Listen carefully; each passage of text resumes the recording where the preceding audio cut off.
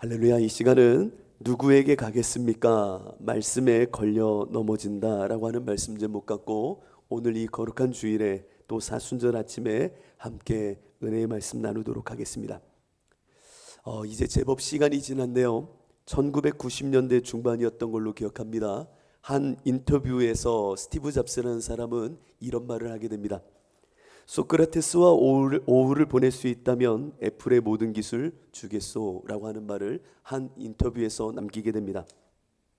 스티브 잡스는 무엇을 어떻게 만들까 하우에 천착했던 인물인 듯 보였지만 왜 이 제품이 세상에 있어야 하는지 그 본질과 이유, Y를 함께 엮어서 생각했던 시대의 인물인지도 모르겠습니다.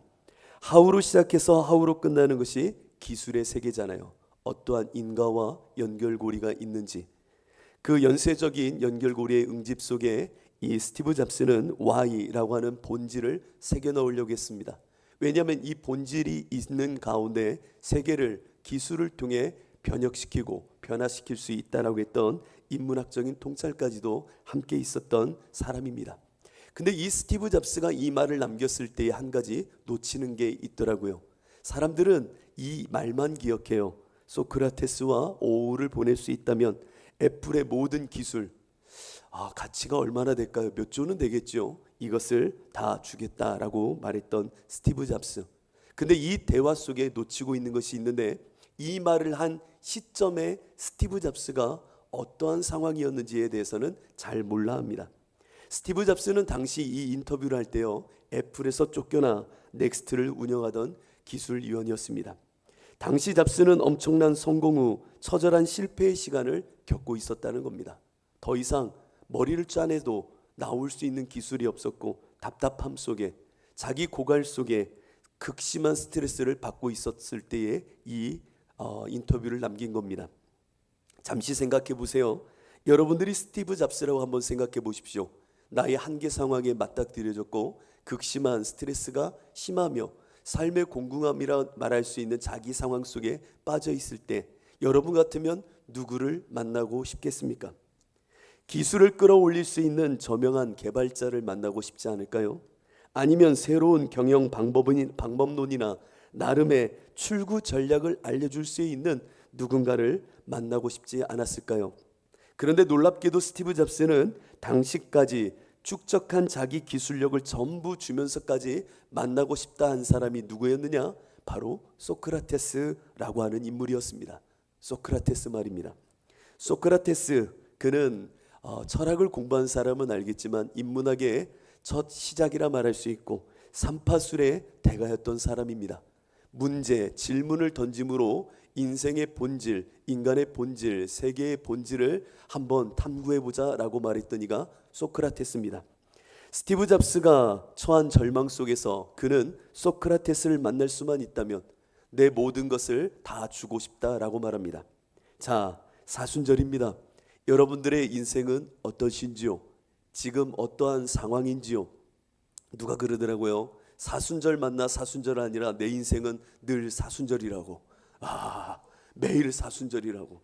그러면 여러분들에게 한번 묻겠습니다. 진짜로 대답하셔야 됩니다. 너무나도 힘들고 곤궁하며 무엇 하나 손에 잡히지 않는 이때에 여러분들이 만날 수 있다면 모든 재산을 팔면서라도 만나고 싶은 사람이 있다면 그 사람은 누구입니까? 정말 만나고 싶은 사람.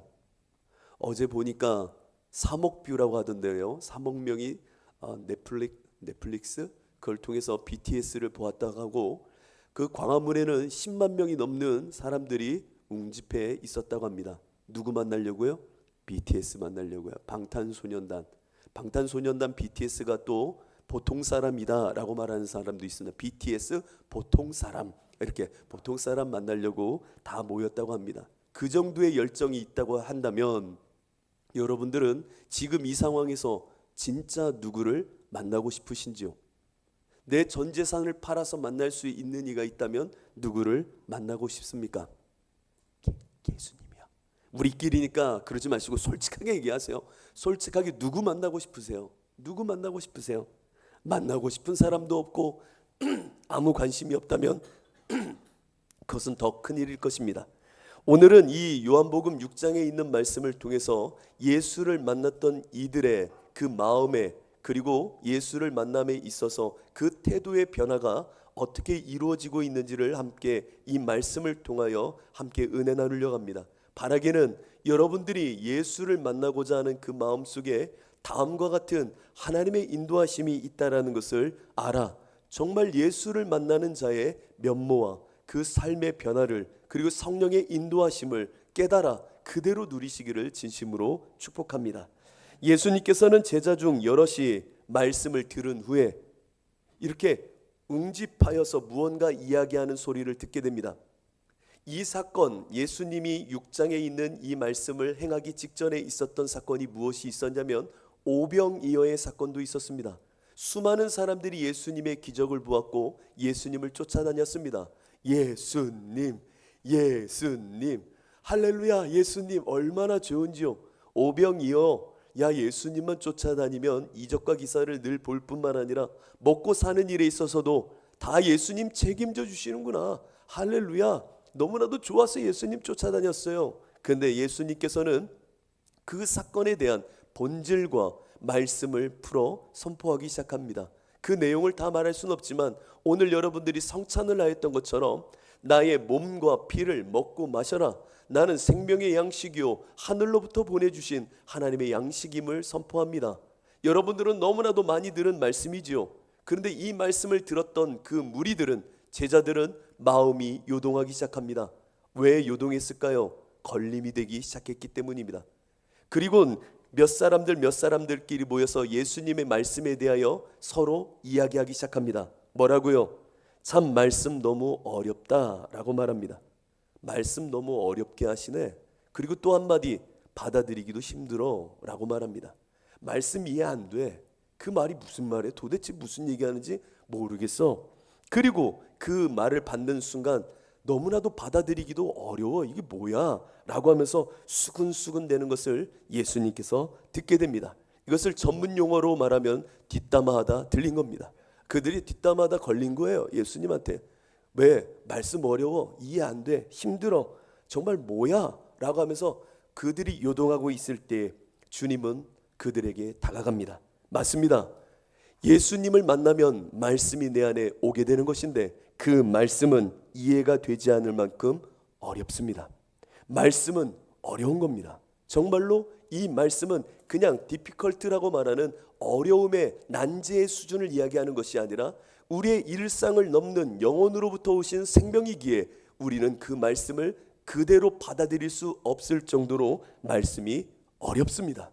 주의 말씀이라는 것이 얼마나 어려운지 바울은 에베소 교회에게 편지를 쓸 때 이렇게 기도의 첫 문을 엽니다. 한번 그 기도의 내용을 들어보십시오.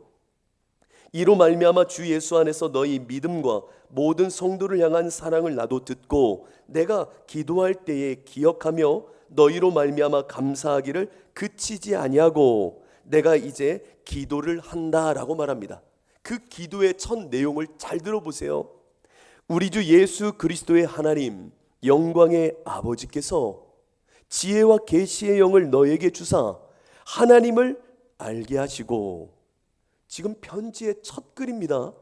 그들에게 편지하는데 그들에게 처음 말하는 기도의 내용이 뭐예요? 너희들이 하나님이 주시는 지혜와 계시의 영을 받아서 하나님, 그 하나님을 알게 하시기를 원하고 너희 마음의 눈을 밝히사, 너희 마음의 눈을 밝혀서 그의 부르심의 소망이 무엇이며 성도 안에서 그 기업의 영광의 풍성함이라는 것이 무엇이며 그의 힘의 위력이라는 것이 어떻게 역사하며 그 역사함을 따라 믿는 우리에게 베푸시는 능력의 지극히 크심이 어떠한 것을 너희로 얻게 하시기를 나는 기도하고 있다라고 말합니다. 이 말을 쉽게 풀면 하나님의 말씀이 어렵지, 이 말씀이 너희에게 이해가 되지 않기에 나는 늘 기도하고 있다라는 겁니다. 무엇을? 너희들이 하나님이 베푸시는 지혜와 계시의 영을 따라 그 마음의 눈이 열려져 말씀을 읽어내고 말씀이 얼마만큼 깊고 높은지를 너희 삶에 체득하기를 나는 지금도 기도하고 있다라는 겁니다. 왜요? 그만큼 말씀은 어렵다라는 겁니다. 뿐만 아니라 그 말씀 그대로를 살아낼, 그 말씀을 견뎌낼, 그 말씀의 무게를 마음속에 품을 만한 힘이 우리에게 없음 또한 말씀이 임할 때 우리가 느껴지는 감정입니다. 말씀은 무겁습니다. 지난주 말씀드린 것처럼 진짜 하나님의 말씀은 우리가 감당할 수 없는 무게감으로 다가옵니다. 하나님의 말씀이 내 안에 오시면 정말로 내 존재가 감당할 수 없을 만큼 그 말씀의 무게를 누리게 됩니다. 그것을 경험하게 된다고요. 부자 청년을 기억하시죠? 하루는 부자 청년이 예수께 와서 묻습니다. 청년이면 청년인데 그 부자라고 하는 꾸며주는 말이 그 인생을 망치는 것을 한번 보십시오. 내가 무슨 선한 일을 하여야 영생을 얻으리까? 참, 예수님을 만난 겁니다. 예수님을 얼마나 만나고 싶었는지 모르겠지만 스티브 잡스만큼 정말 누군가를 만나고 싶었던 청년이었던 것 같습니다. 그 예수를 만나자마자 묻고 싶었던 질문, 어떻게 하면 영생을 얻을 수 있나이까? 라고 묻습니다. 그러자 예수님께서 하나님의 계명을 지키고 있는지를 확인합니다. 다 지킨다라는 겁니다. 그때에 이렇게 예수님 마지막 결론처럼 말씀하십니다. 네가 온전하고자 할진대, 그렇게 온전하고자 할진대 가서 내 소유를 팔아 가난한 자들에게 주라. 그리하면 하늘에서 보화가 내게 있으리라. 그리고 와서 나를 따르라 라고 말합니다. 이 말씀에 청년이 어떻게 반응했는지를 여러분 기억해 보십시오. 그 말씀의 무게감이 그 인생을 완전히 뒤엎기 때문에 견딜 수가 없는 겁니다. 그 청년은 재물이라는 것이 너무나도 많았고 그것이 그 인생의 모든 것을 꾸며주는 말이었기 때문에 그 예수님의 말이, 그 말씀이 너무나도 감당할 수 없는 무게로 다가왔던 겁니다. 그래서 성경은 이렇게 기록합니다. 그 청년이 재물이 많음으로 이 말씀을 듣고 근심하며 떠나니라. 그 말씀의 무게를 감당할 수가 없는 겁니다. 여러분, 말씀은 어렵고 말씀이 진짜 나에게 오면 그 말씀은 무게감이 말로 형용할 수 없는 눌림의 무게감으로 다가옵니다. 이것을 여러분들은 사순절에 더 예수를 만나 경험하셔야 됩니다. 여러분은 이런 말씀을 대할 때 어떻게, 예수님의 말씀을 대할 때 어떻게 하고자 하십니까? 주님의 말씀이 정말 나에게 임하여 감당할 수 없는 무게로 다가온다면 여러분들은 어떻게 하실런지요? 우선은 이 무게감을 예수님은 이렇게 표현합니다. 66절을 보니 그때부터 그의 제자 중에서 많은 사람이 떠나가고 다시 그와 함께 다니지 아니하더라. 이 말씀의 무게 때문에 많은 제자들과 무리들이 다 떠나버립니다. 오병이어의 기적을 맛보았던 이들이 다 떠나갑니다. 그때 예수님이 그들이 말씀을 견디지 못하는 이 모습을 61절에 이렇게 표현합니다. 예수께서 스스로 제자들이 이 말씀에 대하여 수군거리는 줄 아시고 이르시되 이 말이 너희에게 걸림이 되느냐라고 말씀하십니다. 하나님의 말씀, 진짜 말씀은 내 인생의 걸림으로 찾아온다는 겁니다. 예수님의 말씀이 여러분들의 인생의 걸림이 되지 않는다는 것은 상상할 수 없습니다. 예수님의 말씀은 이해하기 어려울 뿐만 아니라 그 말씀은 내 인생의 걸림돌입니다. 예수님은 거치는 바위와 걸림돌로 우리 인생 가운데 오신 분이십니다. 나를 그냥 두면 육체의 본성을 따라 지옥으로, 죽음으로, 사망으로 끝날 수밖에 없는 인생에게 예수님은 말씀으로 임하실 때에 우리를 멈춰 세우고 우리의 방향을 틀어버리시는 겁니다. 그러니 걸림이 되지요. 예수님을 진짜로 믿으면 말씀은 내 안에 걸림으로 찾아옵니다. 여러분, 주님의 말씀이 나에게 와 걸림이 된다면 여러분 어떻게 하면 되는지 알려드리겠습니다. 진짜 간단해요. 넘어지면 됩니다. 넘어지세요.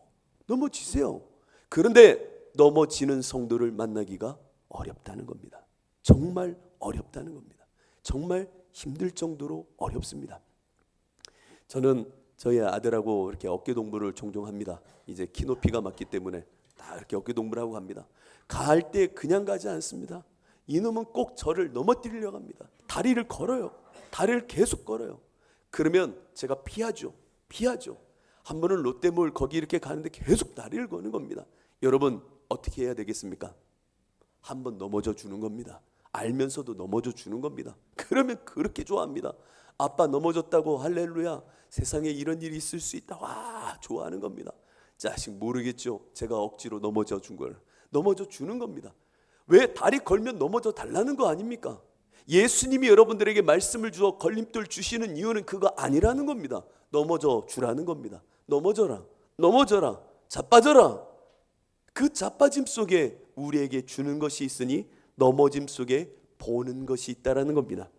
신앙은 걸려 넘어짐의 역사다라고 저는 생각을 합니다. 성경의 역사, 수많은 하나님의 사람들은 이 땅을 살면서 말씀에, 하나님의 예수 그리스도의 십자가에 걸려 넘어진 자들이 다 성경에 기록되어져 있을 뿐만 아니라 우리의 믿음의 선진들로 이 땅을 살다 사라졌습니다. 다 말씀에 걸려 넘어진 자들이었습니다. 출애굽 여정을 기억하십니까?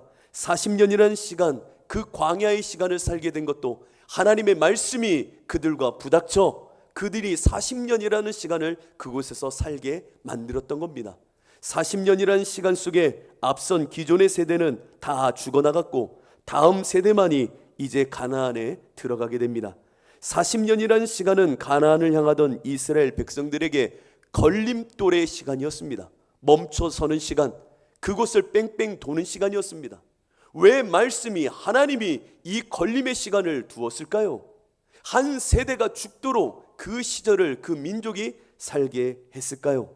신명기 8장 2절은 분명하게 우리에게 다음과 같이 기록합니다. 네 하나님 여호와께서, 네 하나님 여호와께서, 그것은 나의 하나님이 아니라 여러분들의 하나님께서 이 40년 동안에 내게 광야길을 걷게 하신 것을 기억하라. 왜요? 이는 너를 낮추시며 너를 시험하사 네 마음이 어떠한지, 그 명령을 지키는지 지키지 않는지 알려 하심이라. 그 마음을 알게 하시려고 걸림의 시간을 준다는 겁니다. 우리의 인생은요, 그냥 두면 자기 결핍과 자기 가난과 자기 없음의 부재를 모르는 존재입니다. 고질병이에요, 고질병. 그래서 인생은 없어져 봐야, 상실돼 봐야, 결핍돼 봐야 그것이 얼마나 소중한지를 아는 참으로 어리석은 존재입니다. 물이 없으면 물이 소중한지를 알게 되고, 건강이 없으면 건강이 얼마나 소중한지를 알게 되고, 나와 관계하던 이가 세상을 떠나면 그때서야 그가 얼마나 소중했는지를 알게 되는 존재, 그가 바로 인생이라는 못된 고질병을 갖고 있는 인생의 모습입니다. 그런데 하나님께서는 이 고질병을 보이시려고 걸려 넘어지는 시간, 광야의 시간을 두신다는 겁니다. 네가 얼마만큼 네 마음이 무엇으로 채워져 있으며 무엇을 그리워하며 무엇을 갈망하는 존재인지를 그 광야와 같은 걸림의 시간, 십자가의 시간을 두어 보게 하시겠다라는 겁니다. 여러분들 그렇다면 걸려 넘어져야지요. 나를 여실히 볼 수 있게 하신다면 그 시간 보고 넘어져야죠. 제가 어렸을 때 저희 집은 김칫국을 참 많이 끓여 먹었습니다. 김칫국 지금도 그렇게 좋아하지 않습니다.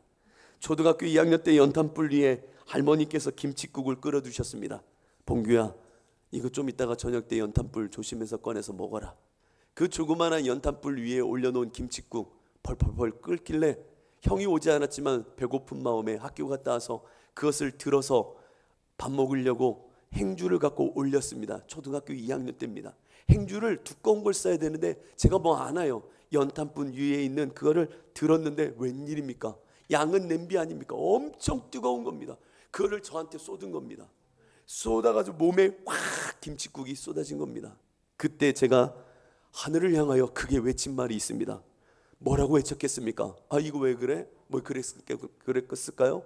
김칫국 앞으로 어떻게 하지? 이랬을까요? 아니요. 제 본성 그대로의 음성이 나오는데 나 죽어! 그랬답니다. 나 죽어. 저희 할머니가 그 소리를 듣고 뛰어오셨습니다. 살다 김칫국 엎어 뜨거운 것 자기 몸에 부어놓고는 아 뜨거가 아니라 나 죽어가 나왔답니다. 나 죽어! 나 죽어! 그래서 저희 할머님이 응급처치를 해주셨습니다. 소주를 대병 사오시더니 그걸로 몸에 부어주시고, 다 몸이 부어있고 그 물집이 잡히는데 손을 그 소주에 담고 있었습니다. 병원을 데리고 가셔야지. 병원을 데리고 가셔야지. 위기의 순간, 본성의 순간 자기의 마음과 속성은 고스란히 드러나는 겁니다. 저는 김칫국이 제 몸에 엎어지는 순간 나 죽는다고 소리쳤던 사람입니다. 이와 같이 우리는 넘어짐의 시간을 겪으면 자기 결핍과 내가 진짜 누구인지를 보게 하십니다. 그래서 신명기 8장 3절은 이어 이렇게 말합니다. 너를 낮추시며 너를 줄이게 하시며 또 너도 알지 못하며 내 조상들도 알지 못하던 만나를 내게 먹이시는 것은 사람이 떡으로만 사는 것 아니요 여호와의 입에서 나오는 모든 말씀으로 사는 줄 네게 알게 하려 하심이라. 네 마음을 보라. 하나님 말씀 없이도 사는 자 아니었나? 이 광야를 통하여 네 마음을 보았다면 이제는 하나님 말씀으로 산다는 것을 알라는 겁니다. 사람이 갖는 고질병, 전혀 내 안에 그 결핍이 없으면 보지 못하는 이 고질병, 나는 이런 사람이야, 나는 이 정도면 괜찮아, 스스로를 정리해 놓고 살아가는 인생 아닙니까? 하지만 말씀을 따라 광야로 나가면 걸려 넘어지게 되면 앞서 정리해 두었던 자기를 꾸몄던 문장들, 부자라고 했던 그 문장들, 나 괜찮아 라고 말했던 문장들이 하나 둘씩 지워지게 됩니다. 그리고 나 이런 사람이었나? 나 괜찮지 않았네 라고 하는 것을 광야에서 마주하게 됩니다. 여러분, 베드로를 생각해 보십시오. 베드로, 주는 그리스도시요 살아계신 하나님의 아들입니다. 그리고 예수님 말씀하시죠. 그래 바요나 시몬아, 참 네가 한 말 귀하고 귀하다. 그런데 너 나 닭이 3번 울기 전에 이 밤 너는 나를 부인할 거야 라고 말합니다. 그때 베드로가 뭐랍니까? 주의 말씀 앞에서 그럴 일 전혀 없습니다. 내가 죽을지언정 주님 배신하지 않습니다 라고 말하지요. 그러나 십자가로 끌려가신 예수, 죽음 앞에 선 예수, 그 앞에서 자신은 예수를 3번이나 부인하게 됩니다. 자신의 참상을 보게 되는 거예요. 자신했던 자신의 모습, 거짓이라는 것이 밝혀졌던 것입니다. 사순절은 바로 말씀에 걸려 넘어지는 시간입니다. 내가 말씀을 읽는 것이 아닙니다. 말씀이 나를 읽게 함으로 내가 누구인지를 발견해야 되는 것이 이 사순절 우리가 누려야 될 은혜입니다. 말씀이 생명의 검이 되어서, 정말 생명의 검이 되어서 나의 혼과 영과 및 관절과 골수를 찔러 쪼개는 경험을 하셔야 됩니다. 내 마음의 생각이 어떠한지, 내 마음의 뜻이 정말 어떠한지를 보는 자가 예수님을 만나는 자입니다. 그 예수님을 만나면 그 말씀이 나에게 이해가 되지 않고 무거움으로 다가오지요. 그러면 걸려 넘어지십시오. 바울처럼 말입니다. 바울은 다메섹 도상으로 뛰어나가고 있었습니다. 왜? 자기가 생각하는 의와 자기가 생각하는 식견 속에는 예수 믿는 자들은 다 신성모독으로 죽여버려야 됐기 때문입니다. 그러나 다메섹 도상으로 뛰어가던 그때에 하늘로부터 사울아 사울아 라고 하는 말씀을 듣게 됩니다. 음성을 듣게 됩니다. 그때 다메섹에서 고꾸라지지요. 그 말씀에 걸려 넘어지게 되는 겁니다. 넘어지는 순간 육체의 눈이 감겨 3일 동안 아무것도 보지 못하게 됩니다. 3일간 보지 못하다가 눈을 뜨는 순간 그가 마음속에 본 것이 있으니 자기의 가난뿐만 아니라 이 가난 속에 예수 없는, 하나님 없는 자신을 보아 예수를 그리스도로 고백하게 됩니다. 말씀에 걸려 넘어지니 보이는 게 있더라는 겁니다. 여러분들, 하나님의 말씀에 걸려 넘어져야 보이는 것이 있는 겁니다. 하나님의 말씀이 내 안에 임재에 들어오면 그 말씀의 무게에 맞게 걸려 넘어지십시오. 예수님께서는 마태복음 13장 44절에 이런 말씀을 하셨습니다. 기억해 보십시오. 천국은 마치 밭에 감추인 보화와 같으니 사람이 이를 발견한 후 숨겨두고 기뻐하며 돌아가서 자기의 소유를 다 팔아 그 밭을 사느니라. 여러분들 밭에 감추인 보화래요. 그냥 보화가 아니라 밭에 감추어둔 보화입니다. 이것을 은유적으로 표현하고 이것을 풀어내면 하나님의 복음, 보물은 감추어둔 것입니다. 그러나 이것이 열려지는 순간, 계시로 드러나는 순간, 말씀이 내 안에 침노에 들어오는 순간 우리는 그 보물을 발견하게 되고, 보물을 발견한 후에는 나의 모든 소유를 팔아서라도 이것을 갖고 싶어 하는 것이 천국 백성의 모습이라는 겁니다. 여러분들에게 보물은 누굽니까?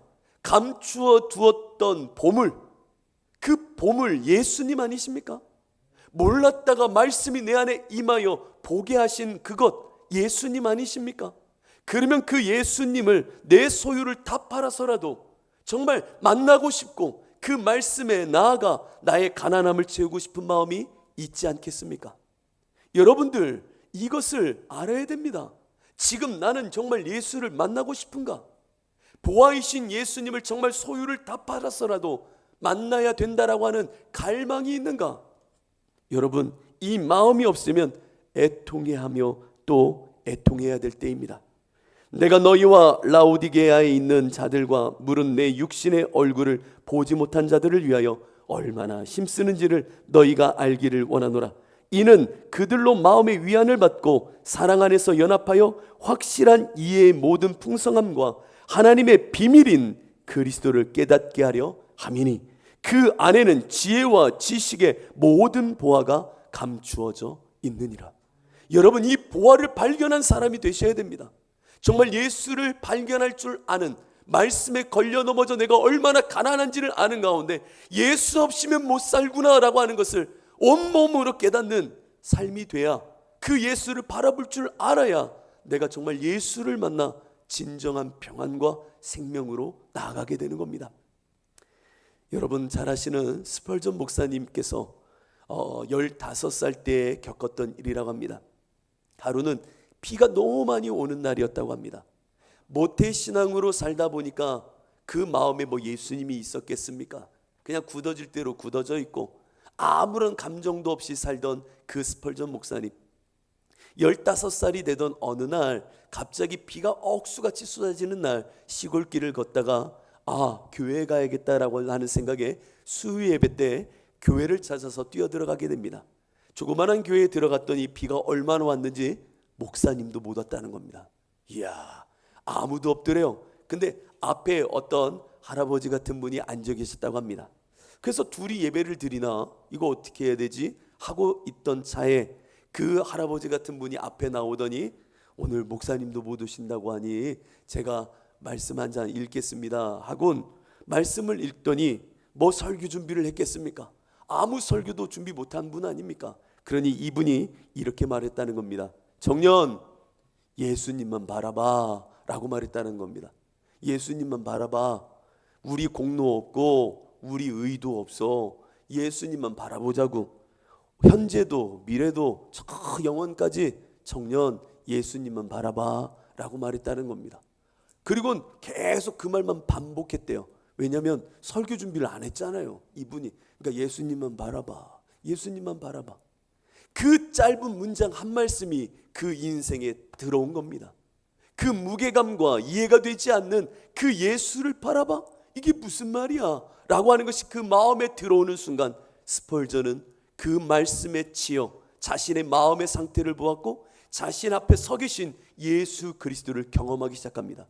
그래서 엄청난, 하나님이 한 시대를 뒤엎은 찰스 스펄전이라는 엄청난 설교가요 목회자를 만들어 내시게 됩니다. 여러분, 한 말씀이 내 안에 들어오면 나의 가난함을 보게 되는 겁니다. 한 말씀이 나를 쳐버리면 내가 무엇을 정말 원하는 자인지를 보게 합니다.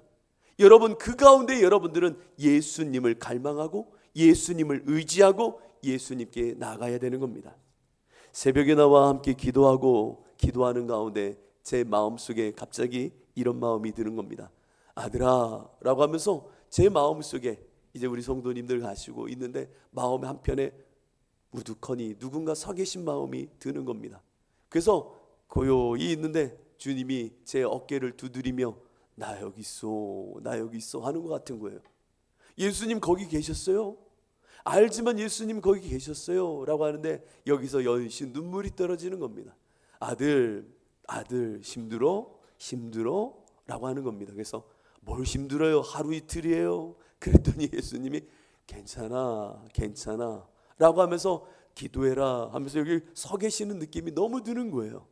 그냥 예수님이 여기 서 계시는 거예요. 아무 말씀 안 하시고 서 계시는 거예요. 어찌나 눈물이 나는지요. 예수님.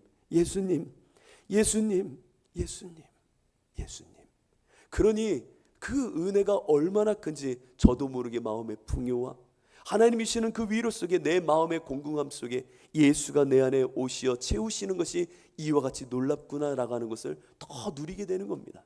여러분, 말씀이 내 안에 오면 나의 가난함을 보게 하시고 나 마음의 상태를 보게 하시며 예수를 바라볼 수 있는 자로 만들어내시는 겁니다. 그렇다면 이제 예수를 만나 걸려 넘어져 내 마음의 상태를 보고 예수를 보게 되었다면 애통해 하십시오. 애통해 하십시오. 여러분들 안에 애통함이 없다라는 것은 내 안에 예수를 만남이 멀어지고 있다라는 반증이기도 합니다. 여러분, 어린아이가 뛰어가다가 자빠집니다. 자빠져 넘어집니다. 넘어져 무릎이 깨지고 손바닥에 모래들이 가득 스치고 지나갑니다. 그 아이는요, 자연스럽게 고개를 들어 눈물을 흘리며 엄마 엄마 하는 게 본능입니다. 본능. 말씀에 넘어져 나의 가난함을 보면 울게 되어 있고, 그 우는 가운데 나에게 의지처가 되어 주시는 분을 찾는 것이 인간의 본성입니다. 여러분들 안에 예수님을 바라보며 넘어졌다면, 말씀 때문에 넘어졌다면 그 예수님 좀 부르짖고 그 예수님께로 나아가십시오. 스티브 잡스라는 사람은 자기 전 재산을 팔아서라도 소크라테스 만나고 싶다 했던 사람입니다. 그것보다는 더 위에 있는 신앙은 가져야지요. 내 목이 찢어져도 주님을 찾는 신앙의 열정은 회복해야지요. 언제 그 신앙을 회복할 건데요? 언제요? 어렸을 때 여기저기 정신없이 뛰어다녔던 것이 접니다. 시골길 뛰어다니고 논길 뛰어다니고, 그러던 어느 날 저희 시골 동네에 하수구 정리를 한다는 겁니다. 하수구 정리. 시궁창이 길게 이제 하수구 맨홀 뚜껑 같은 네모난 거 다 뜯어내니까 시골길에 하수구가 쭉 논길 옆으로 이렇게 시궁창을 만들게 된 겁니다. 동네 형들 쫓아다녔던 그때 유치원이었던 저 형들 뛰어다니니까 저도 뛰어다니죠. 형들이 그 시궁창을 뛰어넘는 겁니다. 이야, 뛰어넘는 겁니다. 와, 그러니까 저도 뭐 형들 쫓아다니니까 뛰어넘는 거죠. 뛰어넘다가 어떻게 됐습니까? 그 검은 똥냄새 가득한 그 검정 시궁창에 붕 빠져버린 겁니다. 형들이 저를 끄집어내는 겁니다. 근데 잘 안 끄집어내요. 왜? 냄새 난다고. 냄새 난다고. 어휴, 정말 검은색 그 냄새나, 그 막 시궁창에서 끄집어내는 겁니다. 저를 완전히 패대기 쳐놓는 거죠. 끄집어내고 나니까 제가 막 온몸에 똥냄새, 막 더러운 시궁창 검은 거에 자빠지고 시궁창에 빠져서 일어나 보니까 제가 원하지 않아도 눈물만 나는 거예요. 하면서 시가지를 가 저희 어머니가 계신 가게까지 가는 거예요. 엄마 냄새 나면서 웃지 마세요. 이렇게 가는 겁니다. 저희 어머니가 멀리서 보더니 가까이 오지 말래요. 가까이 오지 마라. 내니 너는 가까이 오지 마라. 그러다 호수를 갖고 막 멀리서 뿌리시는 겁니다. 냄새 나니까. 자빠지고 시궁창에 빠진 내 모습 보면 엄마 찾아 우는 게 인간입니다. 심령이 가난한 자는 복이 있나니 천국이 그들의 것임이라. 그리고 하신 말씀 뭡니까? 자기 가난함의 사람들에게 하신 말씀, 애통하는 자는 복이 있나니 그들이 위로를 받을 것이다. 나의 심령의 가난함이 말씀에 걸려 넘어져 본다면, 제발 걸려 넘어지고 넘어진 가운데 보았다면 애통해하며 주를 찾아야지 복 있는 자입니다. 왜 주님을 안 찾는지 모르겠어요. 안 찾는지 모르겠습니다. 저는 답답한 게 있습니다. 뭐가 답답하면 이 목이 되돌아오지 않는 게 답답합니다. 누군가는 그래요. 목사님, 목을 아끼라고요. 아낄 수가 없어요. 아낄 수가 없어요. 아낄 수가 없어요. 정말 아낄 수가 없어요. 기도하지 않고는 살 수가 없잖아요. 여러분, 어떻게 기도하지 않고 살 수가 있어요, 여러분들? 이게 답답한 거예요. 답답한 거예요. 누군가는 전 재산을 팔아서라도 그 소크라테스 한번 만나면 다 주겠다 했던 이도 있는데, 보물을 발견하였다 하고 말씀이 나에게 엄습해 오므로 걸려 넘어지게 하는 역사를 알면서도 그 걸려 넘어져 예수를 본다 하면 그 심령의 가난함을 본 가운데 애통해야죠. 왜 예수를 버리고 떠나갑니까? 왜 예수를 버리고 또 떠나갑니까? 말씀이 어렵다고요? 말씀이 이해되지 않는다고요? 말씀이 무겁기 때문이라고요? 아니요. 예수님 말씀하시잖아요. 너희들은 다 그 걸림에 넘어지기 싫어한다. 그냥 다 나를 버리고 떠나간다는 겁니다. 그리고 나서 딱 뒤돌아보니 12제자만 딱 남아있는 겁니다. 12제자. 그에게 뭐라고 합니까? 얘들아, 너희도 가려느냐? 너희도 갈래? 라고 말하는 겁니다. 너희도 갈래? 그러자 베드로가 나와 말합니다. 영생의 말씀이 주께 있사오니 누구에게 우리가 가오리까? 나는 안다는 겁니다. 영생의 말씀이 주께 있으니 내가 누구에게 갑니까? 싫어 누구에게 갑니까? 저 우상에게 갑니까? 세상 권력자에게 갑니까? 돈 많은 자에게 갑니까? 누구에게 내가 갑니까? 영생의 말씀이 주께 있사오니 내가 누구에게 가오리까? 주님, 나는 여기에 남겠습니다. 12 제자들이 다 그렇게 말합니다. 그때 예수님 말씀하십니다. 이 중에 한 명이 나를 팔자다. 그 12명 남는다 하여도 한 명은 가룟 유다가 되는 겁니다. 여러분, 영적인 싸움과 저 천국을 침노하는 이 영적 싸움은 쉬운 얘기로 장난하는 게 아닙니다. 우리의 생명을 건 투쟁이요, 싸움이요, 하나님을 향한 천국을 침노하는 우리의 역동입니다. 이거는 우리가 잠깐 눈을 돌리고 그냥 그럽시다 할 이야기는 사실 아닙니다. 말씀 앞에 걸려 넘어져야 됩니다. 나의 이익이 조금 안 돼도, 나의 체면이 조금 멀어져도 주님의 말씀이 나를 걸려 넘어지게 한다면 그렇게 넘어져 주님께 애통하며 찾아야 되는 겁니다. 나의 소유기, 나의 소득이, 나의 이익이 주님의 말씀을 범하여 그것이 상실과 또는 마이너스와 어려움을 갖고 오더라도 영생의 말씀이 주께 있사오니 그 말씀에 넘어져 나는 주님을 떠나지 않고 무슨 일이 있어도 나를 저 하나님께 애통하는 마음으로 나와야 애통하는 자는 복이 있나니 그들이 위로를 받게 되는 겁니다. 예수를 만나야 예수가 위로한다는 겁니다. 그 예수의 위로는 세상의 위로와는 견줄 수도 없는 하늘의 생명의 위로요, 평안이요, 하나님이 주시는 영원한 것입니다. 여러분들 그 말씀에 걸려 넘어져 애통해 하십시오. 주님, 주님, 내가 영생의 말씀이 주께 있사오니 어디를 갑니까? 주님 외에는 아무것도 내가 의지할 것 없사오니 주님만을 바라봅니다. 주님만을 원합니다. 내가 주님만을 갈망합니다. 그 예수님, 그들에게 오시어 생명이 되어주시고 위로가 되어주시고 말씀을 살게 하심 속에 반드시 하나님의 영광과 주가 허락하실 나라의 사람으로 인도해 가시는 겁니다. 여러분들이 이 삶을 사는 사순절이 정말로 되기를 진심으로 축복합니다. 우리 함께 찬양하시죠.